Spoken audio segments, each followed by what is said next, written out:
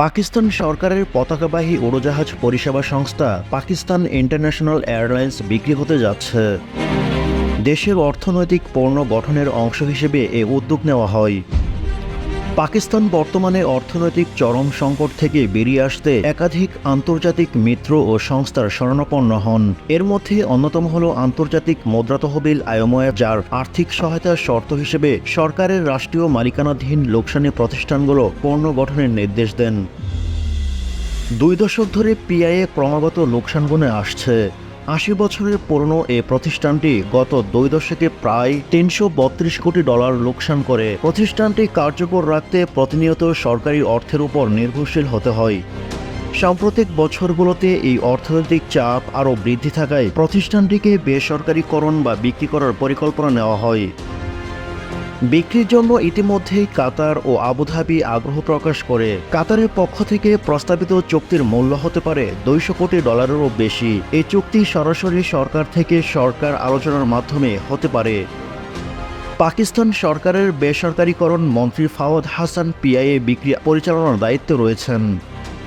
সামরিক বাহিনীর সমর্থিত board strategic investment facilitation councillor বিক্রির পুরো প্রক্রিয়া তদারকি করছে। চলতি মাসের শেষ নাগাদ আন্তর্জাতিক বিনিয়োগকারীদের কাছ থেকে আনুষ্ঠানিক আগ্রহপত্র আহ্বান করার পরিকল্পনা রয়েছে। PIA বিক্রির প্রথম প্রচেষ্টা 2016 সালে হয়েছিল, তবে তখন সরকারের এই উদ্যোগের বিরুদ্ধে প্রতিষ্ঠানটির কর্মচারীরা কঠোর আন্দোলন গড়ে তোলেন। 1 সপ্তাহ ফ্লাইট বন্ধ রেখে কর্মবিরতি পালনে সরকার উদ্যোগ থেকে পিছিয়ে আসতে বাধ্য হন। টিম TRC হৃদয়ে ধারণ করে বাংলাদেশ।